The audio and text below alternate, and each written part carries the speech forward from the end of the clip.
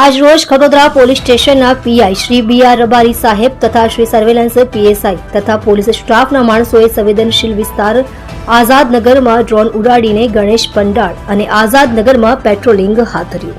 તમે જોઈ રહ્યા છો કેપી ન્યૂઝ ચેનલ રફીક શેખની સાથે.